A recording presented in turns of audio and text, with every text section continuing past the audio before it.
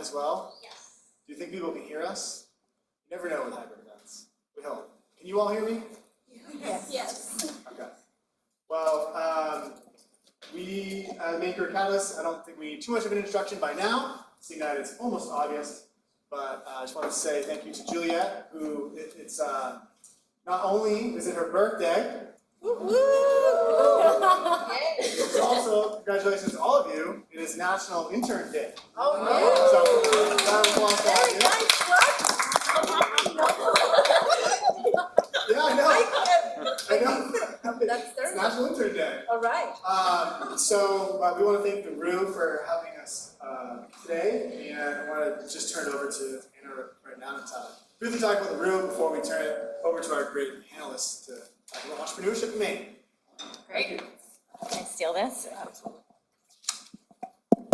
Hi, everyone. Thanks for coming out today, and welcome to the Roux Institute.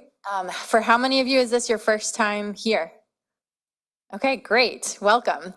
And for those of you returning, welcome back. My name is Anna Ackerman. I'm on the entrepreneurship team here at the Roux Institute. We are a new campus of Northeastern University, and we are a unique campus because we were started with the mission of supporting Maine's economy. And we do so through 3 different pillars, through our graduate programs, through research, and then through entrepreneurship. Some of the ways that we do entrepreneurship at the Roux Institute as part of a graduate institution is we have founder residency programs, and those programs support startups. Right now, we have a program in climate tech, one in the future of healthcare, and one for underrepresented founders. They're year-long programs, and they support founders in accelerating their startup over the course of that 1 year. We also run boot camps and workshops, hackathons, all kinds of other programs that are open to the public. So if you're interested in connecting with us after, you can either sign up for our newsletter. We have an entrepreneurship-specific newsletter, or you can get my contact information through John. I had a few other thoughts here. So one of our panelists today is Michelle. Michelle was part of our founder residency, and she can speak a little bit more to what that founder residency program was like. And we're joined here with others from the entrepreneurship support ecosystem across Maine. And the Roux Institute is just one of many great organizations supporting entrepreneurs. So if you are in Maine and curious about entrepreneurship, you're really lucky because there's a lot going on and a lot of ways that you can get support. Most of it is free, and you'll hear more about that today. So welcome to the Roux Institute, and thank you, everyone. Thanks, Anna. Hi, everyone. Can you hear me okay? Great. My name is Tom Kittredge. I am a senior investment officer at the Maine Technology Institute. And for folks who might not be aware, MTI, we are a nonprofit funded through the state of Maine whose mission is to support innovation and entrepreneurship in Maine. And we primarily do that by giving out money, including in the form of grants. So it's a really great opportunity if you're looking to start a business here in the state of Maine to get some free cash to start your business. So definitely keep that in mind if any of you guys go ahead and try to launch something yourself. I'm also the chair of the board of Startup Maine, which is an organization that exists to champion and provide as a convener for Maine's startup ecosystem. And we have networking events every month. So if you're interested in sticking around Maine and getting tapped into the startup community here, I definitely recommend checking out Startup Maine. So I think we're going to do about 30 or so minutes of questions where I'm just providing some questions to the panelists, and then from there I'd love to get questions from the audience. So definitely as we're going, if there's any questions that come along that you're interested in asking, please keep them in mind. So without further ado, I'm just going to give a very brief intro to each of the panelists and then have them each provide a little bit more of an in-depth intro. But we have here Karem Derdag. He's the Chief Executive Officer of GWI, Great Works Internet. We have Sarah Garrett. She's the director of CI Women's Business Center. And then we have Michelle DeBlois, and she's the founder and CEO of Remo. And each of them will tell a little bit more about what their organizations do. So I guess, yeah, like to kick it off, I'd love to have each of you tell a little bit more about yourselves, your backgrounds, and kind of what brought you to where you are today. And maybe Karem, you can start us off. Hi, guys. So you can check me out on LinkedIn. Good amount of stories there. As way of introduction, about 35 years ago, I was where you are. And I've been very fortunate that now I'm in this exalted high seat with good fabric, color selection, sitting in front of you. I'm a survivor of entrepreneurship. I think last count was five startups and companies. One which I completely jammed into the ground, just drove it right in. All hands on deck. Last captain was the one who left the ship. And, but the other four, not bad. And I'm a member of the angel investment community. 25 years ago, my second startup was funded by MTI. So Tom is right. Do not forget him if you want to start a company in Maine. He's your guy. I think what is important about the journey you're on is the intentionality that you carry. Don't do it half-ass. Be all in. Be with good people. Make sure that you have a mentor. Believe in yourself. Don't listen to the negative naysayers, because there's going to be plenty. Make sure that the idea that you think is valid is validated by the outside world, so you're not doing it alone by yourself. You're going to be going up Everest possibly about a couple of thousand times without any gear. Make sure you have some oxygen on you, and what does that mean? Make sure you have people that love you and you love them back. Seriously. You're going to need all the fortitude humanly possible and then some. On the other hand, you're going to have enormous amount of fun. It's going to be you. You and your humanity is what's going to determine why you're doing it, with whom you're doing it, and how you're doing it, and for what are you doing it. So make sure you hang on to that. If you're going to do it for money, you will fail. You will utterly, absolutely, abjectly fail. So don't do it for that. Money will come your way if you're true to yourself. If you're true to your idea, and you're true with the people that you have to work with, by the way. It's not a all-in-one just by yourself. I'm a living manifestation of that journey, and I hope that you are, along the way, be that manifestation for yourselves and for your friends and your family. So that's my story. Check me out on LinkedIn, because I'm not that good at having short stories about myself, because I'm from the Middle East and we love long stories over long dinners with lots of alcohol. So. Oh, you already got. I've already Oh, you're supposed to. You're preceded with Very the. excited, and I haven't dropped it. All right, hey everyone, I'm Sarah Garrett. I think I might be less exciting than Karem on LinkedIn, so I'll tell you just a little bit more about myself. My current role is the Senior Program Director of Business Development Services at CEI, and what that means is I oversee our business advising teams who are providing free confidential business advising to entrepreneurs in Maine, as well as providing a whole host of workshops and events for entrepreneurs in Maine. And I see some familiar faces in the crowd who've been at our workshops, which is awesome. CEI is a Maine-based nonprofit. We are a CDFI, a community development financial institution, and we provide business advising, business financing, and policy solutions. So we work to solve some of the issues that impact entrepreneurs across our state and across our nation. I'll give you the just brief version of how I got where I am. So I grew up in Bangor. I attended the University of Maine and studied something akin to social work. That's what I thought I wanted to do. After that, I spent a little while working in a nonprofit that had a bunch of social workers and realized I could absolutely not do that work. I just could not leave it at home or at work, I guess. I'd always been fascinated by small business. My parents owned a small business growing up. I had many of my first jobs there.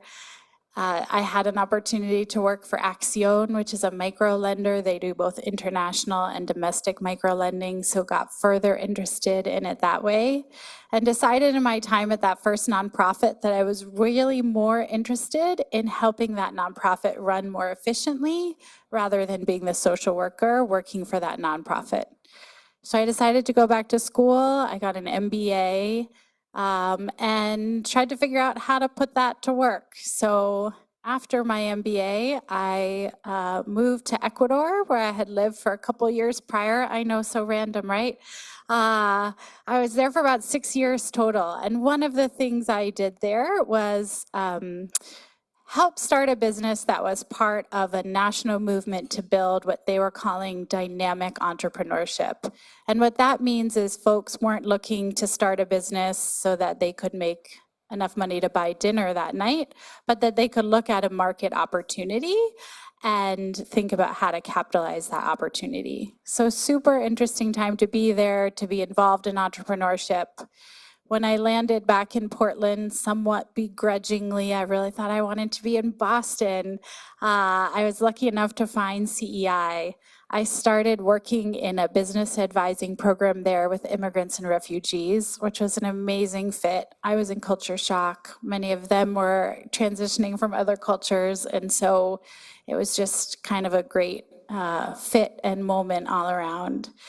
From there, I've had several roles at CEI. So I've worked in our Women's Business Center. We provide entrepreneurial support services to about 1,500 female entrepreneurs across the state of Maine every year. And just recently, I've started overseeing all of our business advising teams at CEI. I feel really lucky that the work that I'm currently doing feels like this amazing mesh of all those experiences, because when we work with entrepreneurs, yes, we have to help them with their cash flow statements and make sure that they can read a balance sheet and those MBA skills. And we also do a lot of work with our entrepreneurs around confidence and feeling good, speaking up, and negotiating, and some of those more interpersonal skills that I learned back when I thought I wanted to be a social worker. So for me, this role and this work really combines like both of those sides of my brain and both of those interests in a really fun and fascinating way that hasn't made me feel like I need to pick one, like I need to be this hardcore finance person or this warm, fuzzy social work person, but that I can kind of combine the two in a really productive way. Awesome, thanks, Sarah. Michelle? Sure, I'm Michelle DeBlois, CEO and founder of Remo. So Remo is a web-based software for educators and students around that really empowers them around independent reading. I started off, I've always been a Mainer. I grew up in Greene, which is a small town near Lewiston. Went to school in Boston. I thought I was going to be an architect. So I went to Wentworth Institute of Technology, which is right next to Northeastern. And after 2 years with my associates, I came back to Maine because I wasn't happy and I always loved the environment. So I was going to be in that. So I got my bachelor, and I also double majored in education. Traveled out west in Reno, worked for different engineering companies, and decided that I didn't like the environmental work because I was actually helping people who were actually destroying the environment, which was not good. So I came back to Maine, started a family, and became an educator. And for the last 16 years, I've been teaching middle schoolers and grades around that, reading and science. And then I realized that I couldn't be in that system anymore because of the inequity and the structural system that basically disenfranchises a lot of students.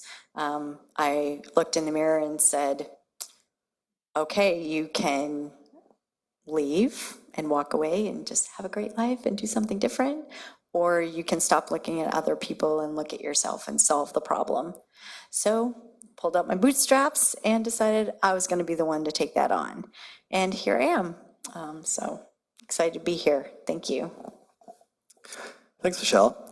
I think one of the interesting things about hearing all three of you talk is this idea of pivoting into entrepreneurship later in life. I don't think any of us, and I speak for myself as well, I used to work in international education, had no interest or knowledge of entrepreneurship, and then discovered social entrepreneurship as a concept, found it really fascinating, went and got an MBA and ended up here.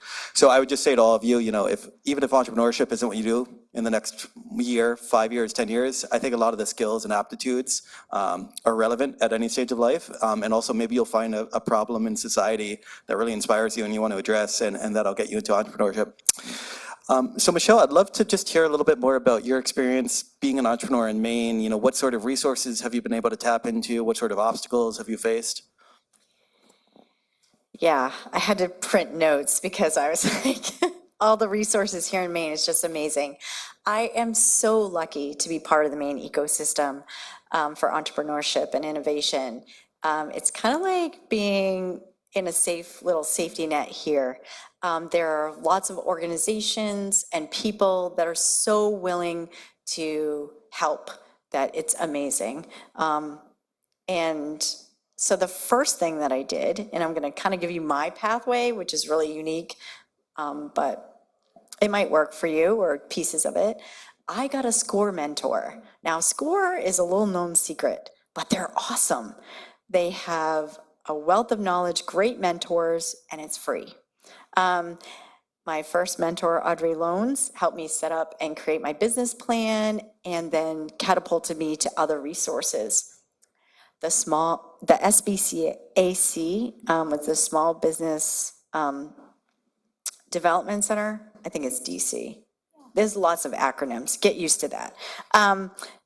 And Rainer Large, he's awesome, helped me create my financial documents that I needed. I also want you to think about in your community where the economic growth councils are. In my area, it's AvCog, and they are super helpful with their resources also, and they give out grants, which is another great thing. I also went to my Chamber of Commerce. Little known fact, they have lots of resources also, and that's how I entered Top Gun. Top Gun is a great incubator when you're starting off really new. They help you go through classes, and I actually won the Top Gun for the state for my area during COVID. So go imagine that one. There's also iCorp at the University of Maine in Orono. That was a great program that I entered with awesome resources. Also, they have Black Bear Consulting and Innovate for Maine, which I've both utilized both of those. There's the founder residency at the Roux, and with that comes, I don't even know, I can't even thank that the people of that program enough that there's so many resources here at the Roux. But some little known ones are the student-led organizations. So if you're in college, really get involved with the organizations that are at your university. They have student-led organizations like Generate and Scout or Data for Social Good, and we also leverage those with my business. Dare Go Labs is another one in the Waterville area. That helped me connect with, all of these helped me connect with mentors, but they also helped me find people that I can bring on to our team. I met an awesome grant writing consultant by going to their events, and she's now on my staff, which is awesome. CEI, I went to a bunch of programs, got another consultant, Katie Kelly, who helps with marketing. MTI, they give grants, loans, and there's also the MERC program, which is, I'm a huge fan of, that we've received several MERC grants. The Eastern Maine Development Corp, when you start a business, you have to do all this horrible paperwork and everything else that's involved, and you need to, in order to get funding, you actually have to have a certain ID that's not your normal EIN number. So it was PTAC, but it's now Apex. They have a consultant that will help you get that number. And also, as a woman, I'm going through the process of becoming registered as a woman-owned business, which will also open other funding. They also help with that. So that was amazing. Don't forget your officials. During the grant process, they changed to a unique ID versus a DUNS number, and we got locked out of the system and couldn't apply for grant funding. Angus King, their office actually helped me to get that unique ID number. So they're always a reference to help if you need something. That's what they're there for, so they can help with that.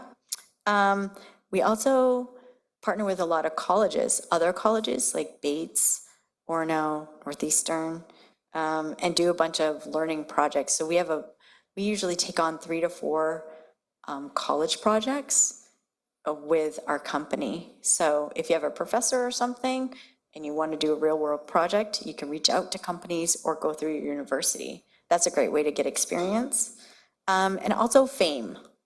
So FAME does the Maine Seed Capital Tax Credit program. And if you're a business, you definitely want to kind of be involved with that so you can get money from investors. They like that. Also, with my local chamber, I'm partnering with them to be a 501c3 so we can take donations for schools. So there are all these different avenues that you can go to. The most important thing is when you think about leveraging these resources through mentors and other things, don't forget to give back. So as soon as I finished my Roux residency, I became a mentor through that program.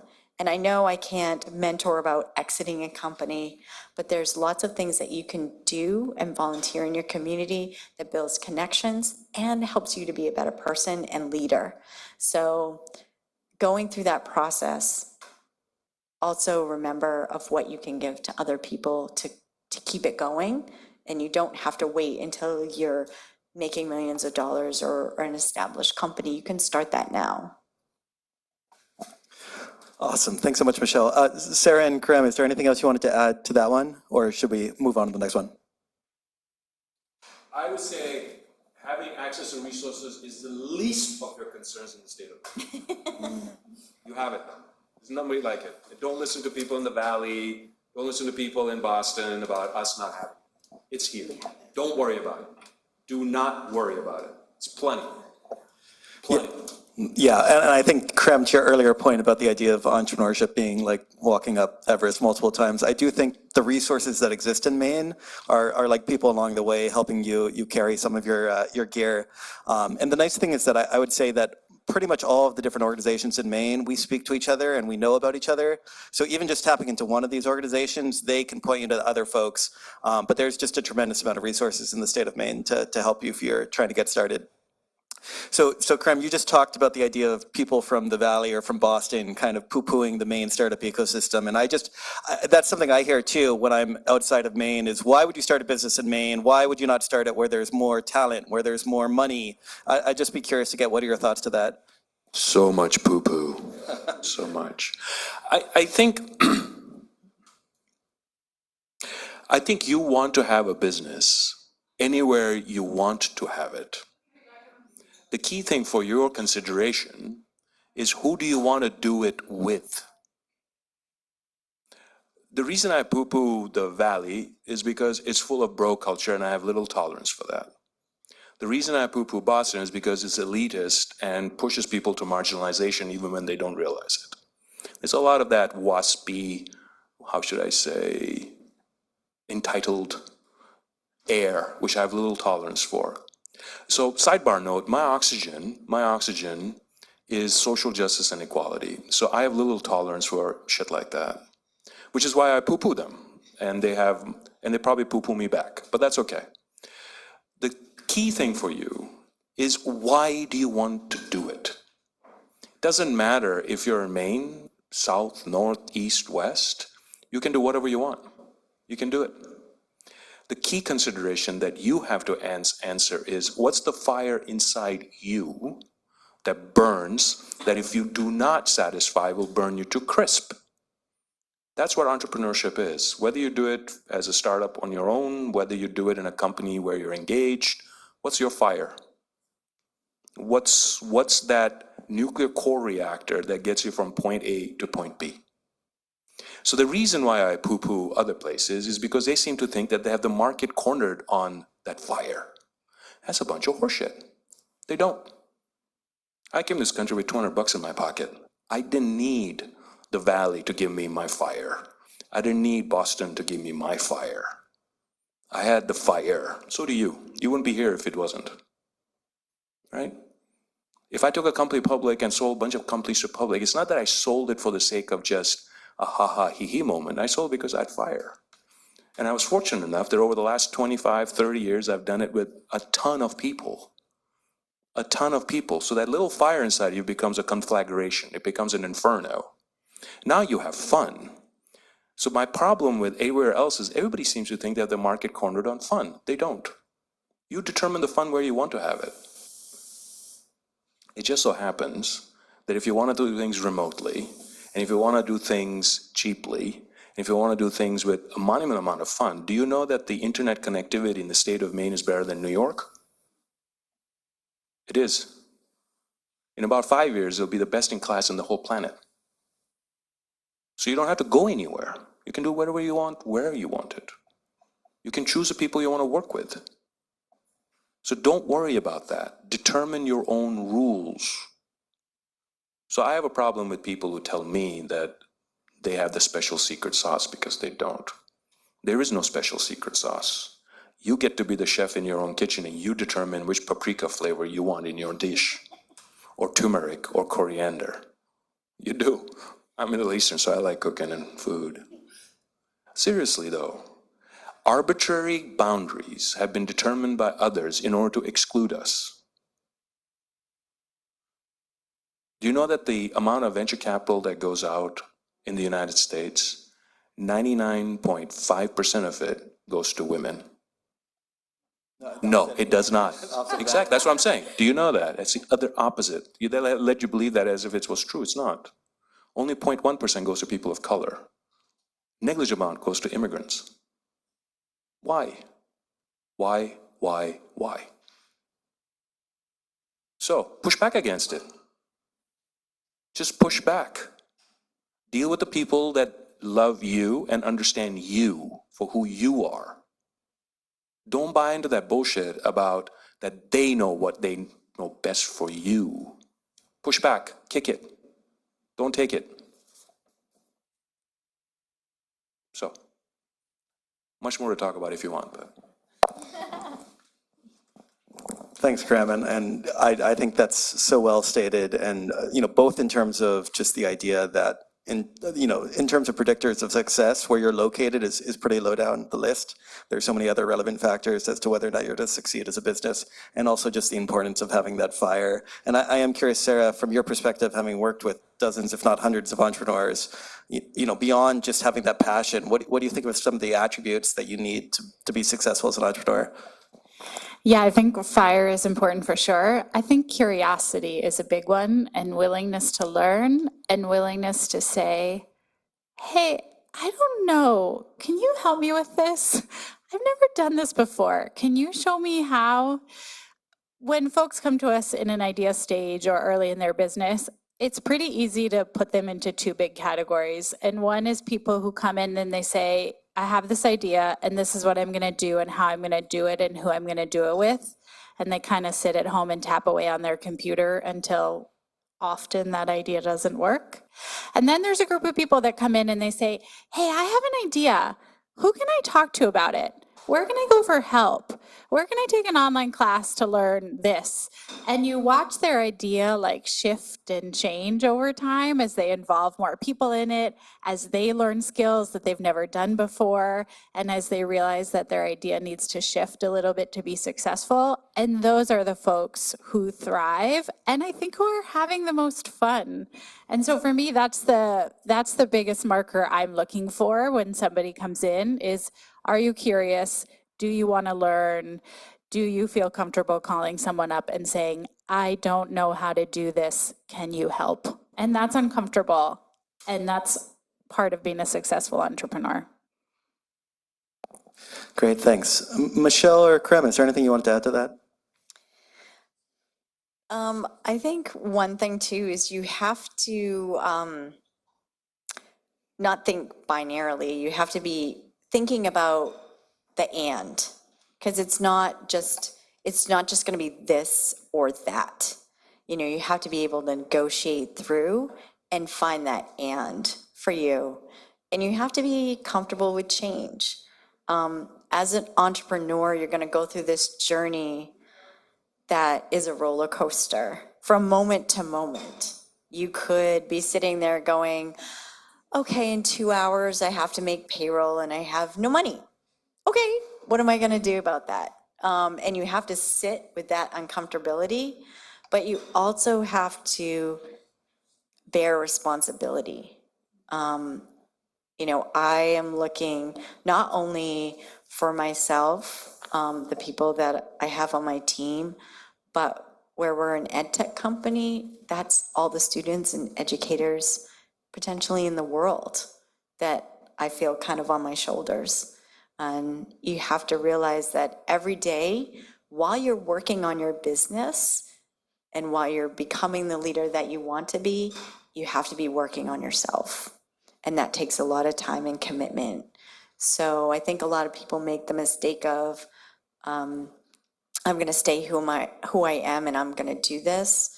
The company that needs you tomorrow, you're not going to be the same person. And you have to change who you are, but keep those values that you have. For me, I always look in the mirror and say, the biggest thing is, can I live with myself? Can I look at myself in the mirror and appreciate that? Have I done things that are not me? And you're going to do that. You're going to say, oh, I made that choice. Yeah, that's not me. I'm not going to make that choice again. You're going to make a lot of mistakes. And if you look at them as failures, that will not serve you. Treat them like you would somebody else.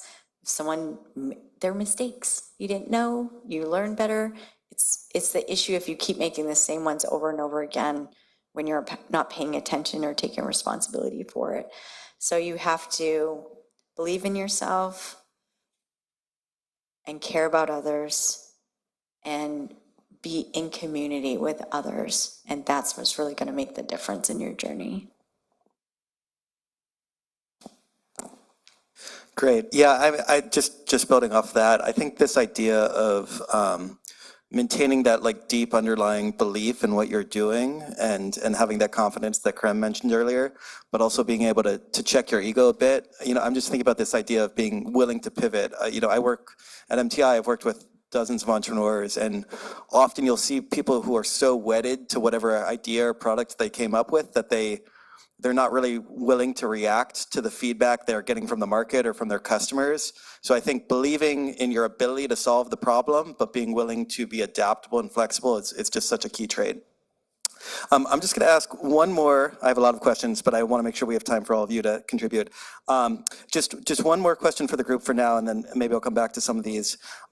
So, you know, all three of you have had the experience of working or being a founder from an underrepresented community, so maybe an immigrant founder or a female founder, and there's a number of other you know, demographic groups, be it people of color, be it the LGBTQ plus community, even be it rural entrepreneurs in Maine, who have systemically not necessarily been served. And I'd just be curious from your perspectives with the groups you work with, you know, what is being done to kind of knock down some of those barriers, and also what can we do more of?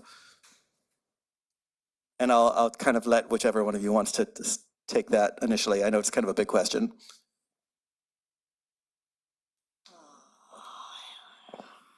I think there are lots of advocates that are moving the needle. Allison from Scroobius is one that you want to look up, and she's advocating for, if you have a panel, make sure a woman's on it. If you you know, just that type of promotion for that. But I think we have a long way to go. I think there are systems that are set up that perpetuate. I think also that for me, the first time that I really felt seen, heard, and valued was when I did Tiny 4.0 Fellowship, and the care and what they took into consideration, they lived those liberatory practices. I think other companies and organizations are trying to do that, but they're not at that point. But when you sit in a place like that, it's such an amazing experience, but then you go outside of it and you have to navigate it after that. So I think there's a lot of work going towards that, but I think a lot of places aren't there. The business leaders, the organizations themselves really have to do that hard work, and it's not, oh, I took this anti-racist class and I'm good now. You know, it's a long journey that's personal, that you have to go through, and it's constant. And I think they have yet to implement that. I think there are programs and everything that are starting to come up that meet the needs, like identity groups and things of that nature, but it still needs to go a long way, I think.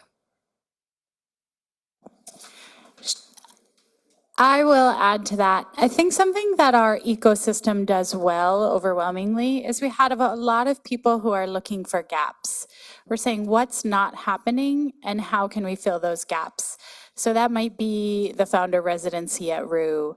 It might be the really intentional work that SCORE is doing to reach out to diverse entrepreneurs. It might be the Indus Fund that Karim started, which is filling a financing gap. So I think we're doing that well. I'll share just a couple things we're doing at CEI because I'm proud of where I work. So we have a couple products and services that I think do that same thing of filling the gaps.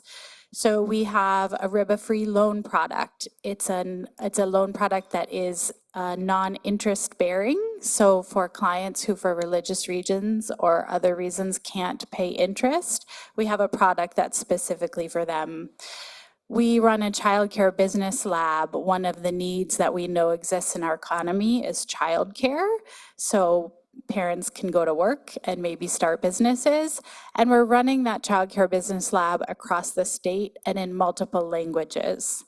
Anybody who wants to work with us for business advising can receive an interpreter at no cost.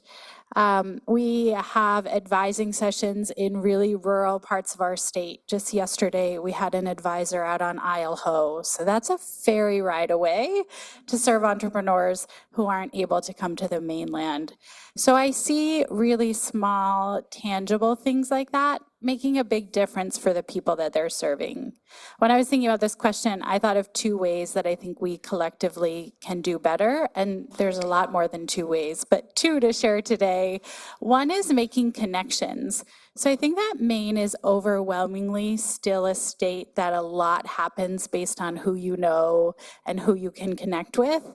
And I think we can each intentionally think about who's in my sphere that might benefit from my connections and how can I connect them, and be really thoughtful and really intentional about that. It takes a little time and a little effort, but I think we can help those around us who may not have those connections by opening our networks. And the second thing I thought about was increasing representation. I think a lot of the stories that we tell when we talk about our entrepreneurial ecosystem still, I'm just thinking about my words here, are not necessarily very diverse entrepreneurs. And I think there's real power in hearing a story about somebody who looks like you or came from where you're from or has face some of the same barriers that you have. And those stories are messy and they're imperfect. And we have a lot of amazing entrepreneurs doing awesome things who have overcome so much. And I would love for us to tell their stories a little bit better as an ecosystem.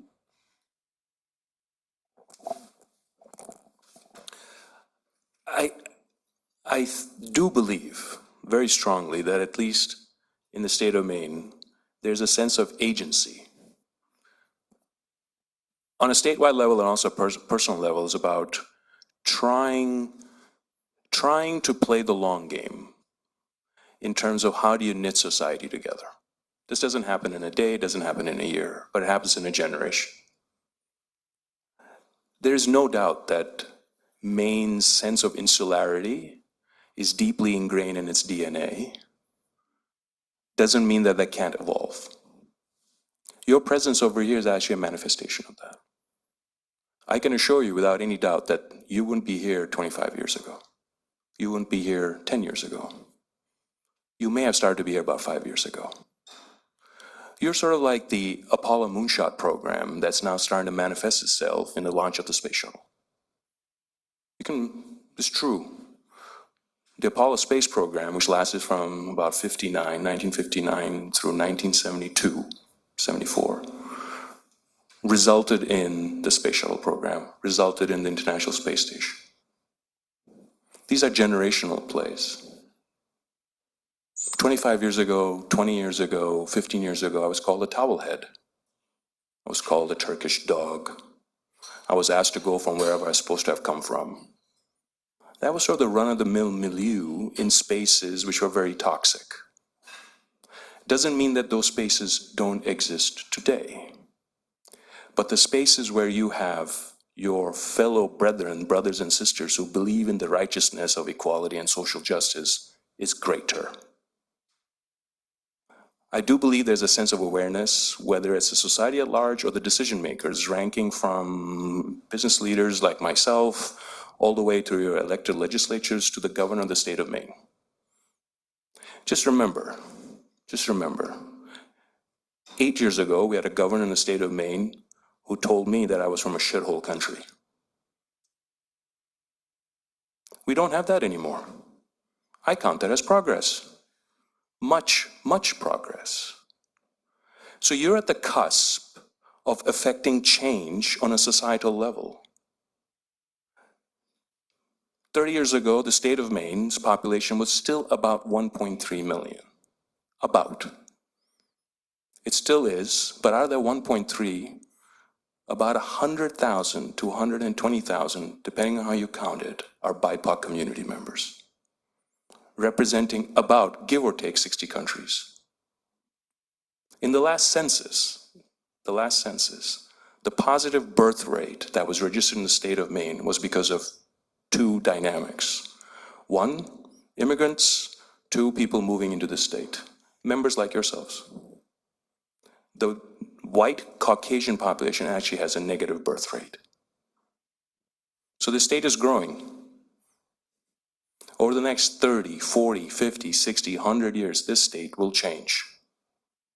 It will change because its survivability depends on it. And you happen to be at the tip of the spear of that. Just look around you, just look around you. You constitute a fabric of humanity.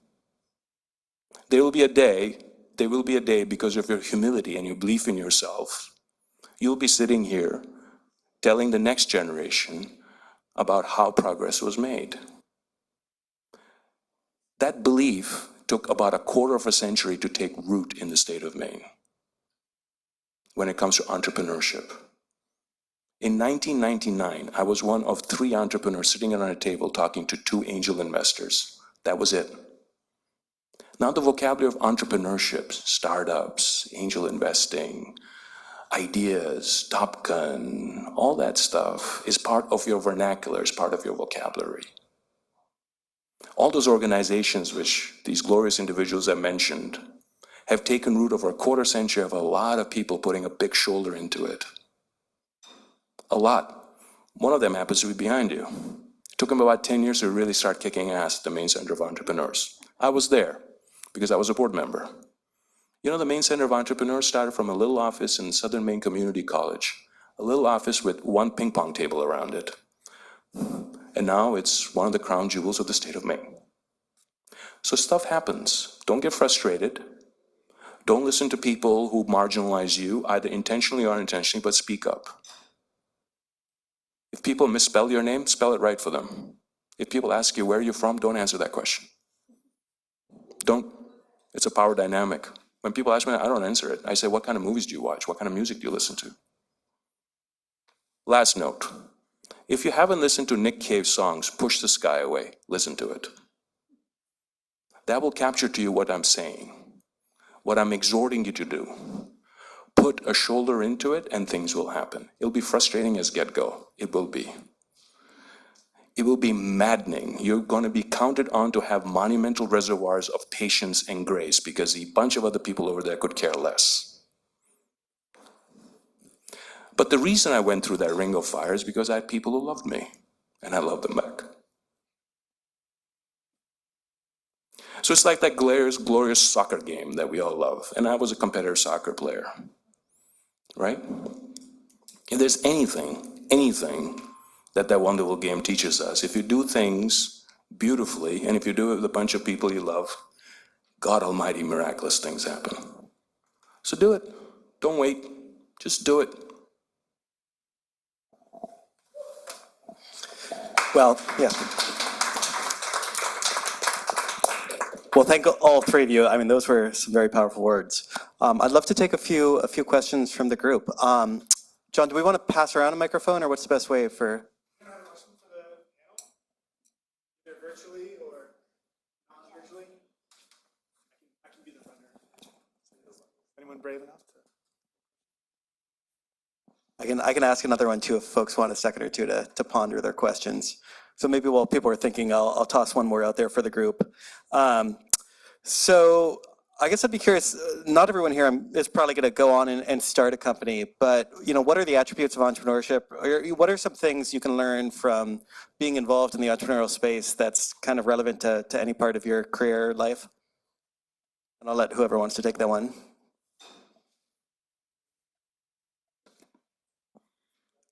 I'm going to answer the question I want to answer there, which is the flip Go of ahead. that, which is what can you do now to get ready to be an entrepreneur, even if you don't have an idea yet?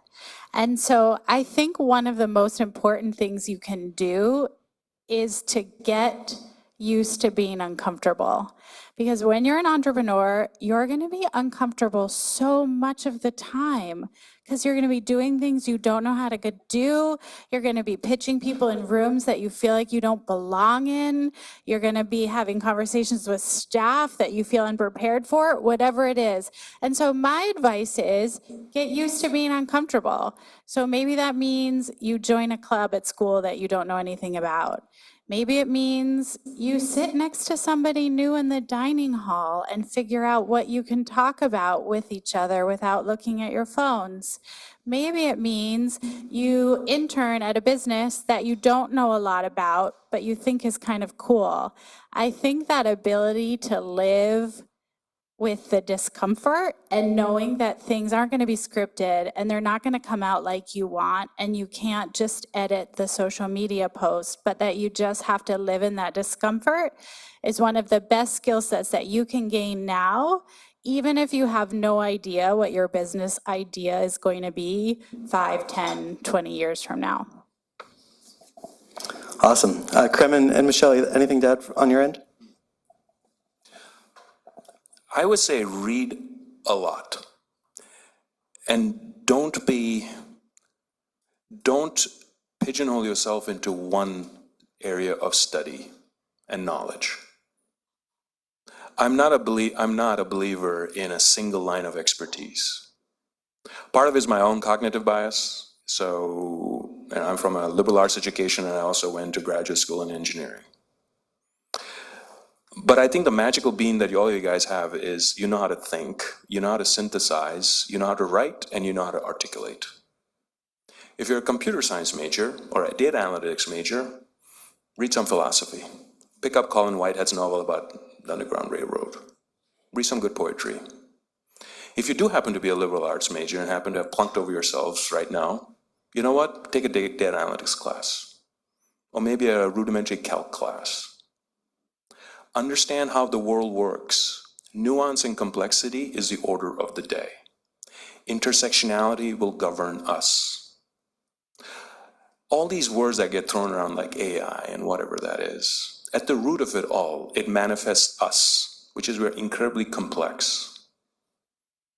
So when I look at having team members or colleagues, peers, employees that want to join the grand adventure, I'm looking at how they can navigate complexity. I'm looking at what's the root of what makes them able to think. Because at the end of the day, in your personal lives and your professional lives, you're going to be asked to solve challenges. Not problems, challenges. And that takes an enormous amount of thinking, quietness, meditation, running, listening to really good music and watching some pretty classy movies from the Criterion Collection. Seriously, the more you incubate the totality of humanity in your head and in your heart and soul, you will be able to manifest that in the things you do with your hands. And it's all about manifesting it. So you are at the cusp of an age where literally the molecules are congealing, coming together. Make sure that the molecules represent the world around you. The art, the literature, the science, the technology. If you are able to do that just enough to pull that thread, it will sustain you in the rest of your life. Because this is a journey. Make no mistake about it, it's a journey. And it's okay if you want to tap out and get off the journey. It's perfectly okay. You get to determine that. You can maybe come back on it or not, and that's perfectly okay. But the ability to synthesize things in complex ways actually is a fundamental nature of our democracy. It is. Don't be separated enough by thinking that things are binary, because they're not. So I will leave it at that. Thanks. Michelle, go ahead. I just have one quick advice. Take an improv class. If you're going to be an entrepreneur, you have to speak a lot to like the public and panels or venture capitalists or whatever. And being an introvert is very painful for me. And I wish I had taken an improv. I probably will be taking an improv class, because you have to get comfortable with being out and speaking to people. You become, if you're lucky enough, you become the face of the company. You draw the short straw and get that. And that will make it a lot easier for you, I think. I love that. Thanks, Michelle. One more chance for questions if anybody has one. Oh, I see one in the back.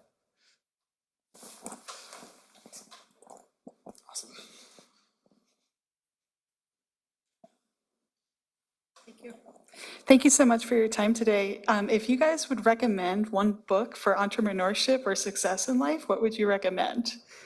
Without repeating for each of you. Graham's got one. The English Patient by Michael Ondaatje. Michelle has one as well. Will you pass that down? Sure. The Mountain Is You, and I can't remember the author's name. It's on Spotify. Listened to it several times. Yeah, it's a good one. That is such a good and hard question. I'm going to go with anything by Brené Brown. Dare to Lead would be near the top of the list. I just really appreciate her view on humanity and interacting with other humans. Great. And I think I saw a question back there, maybe?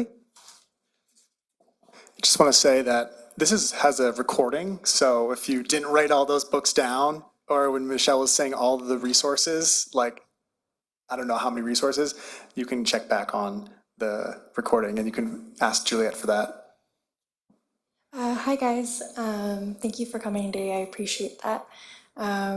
I'm a current intern at Systems Engineering, and my question for anyone on the panel, I don't think entrepreneurship is a one-man show, and I'm curious, with the journey that you guys have gone on, is there a common characteristic of the people around you that have helped you?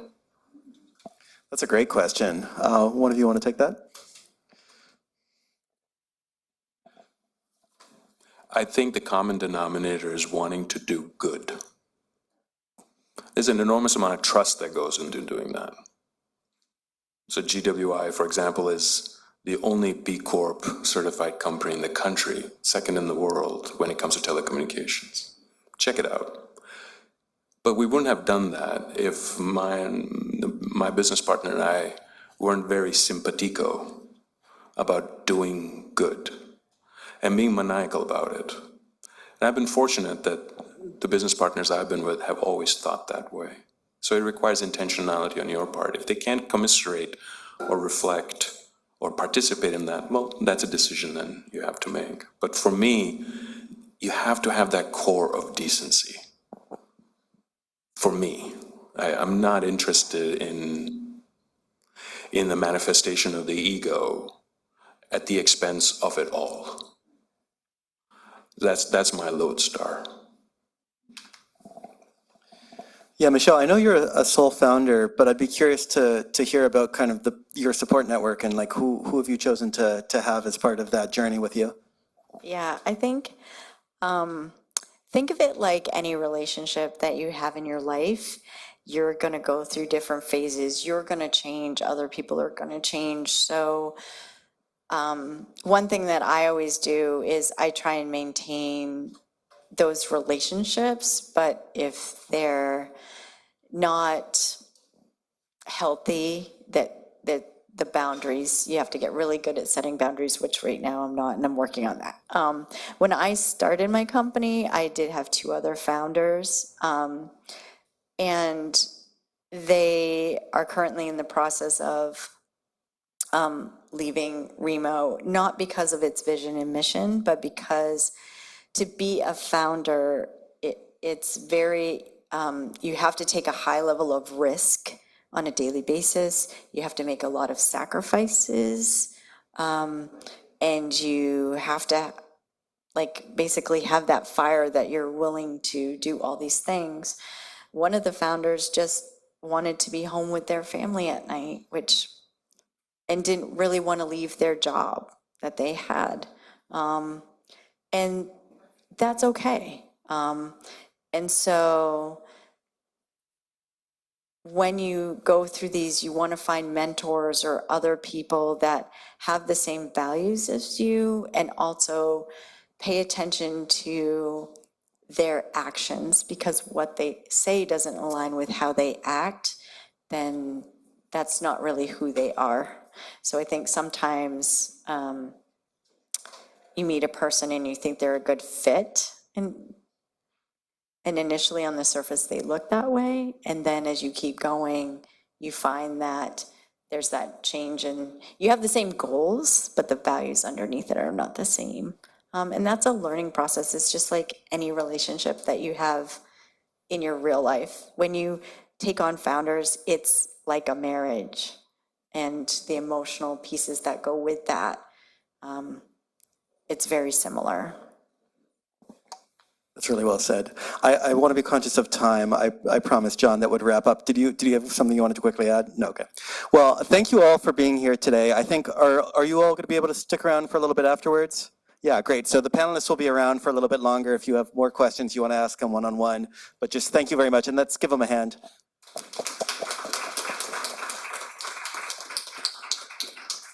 Great, thanks.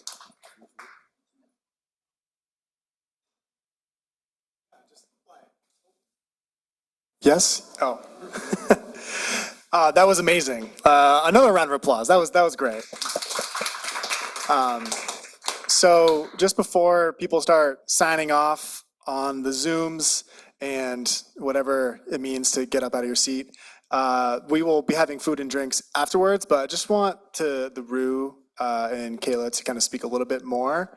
But there'll be a lot of people in the back there also part of the Roux ecosystem.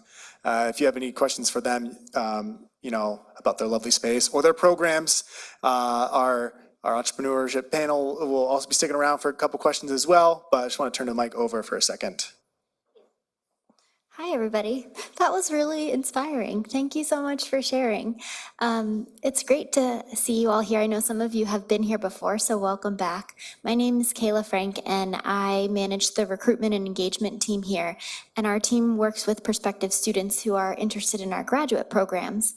So as Anna mentioned at the beginning of the program, the Roux Institute is a grad school. We're part of Northeastern University, and we have graduate programs primarily in STEM fields and the advanced life sciences, and they're in high demand fields, and it's really cool to see a lot of young people pursue these sort of innovating industries in Maine, kind of, I feel like, pioneering in a lot of senses, fields like data science, computer science, biotechnology here.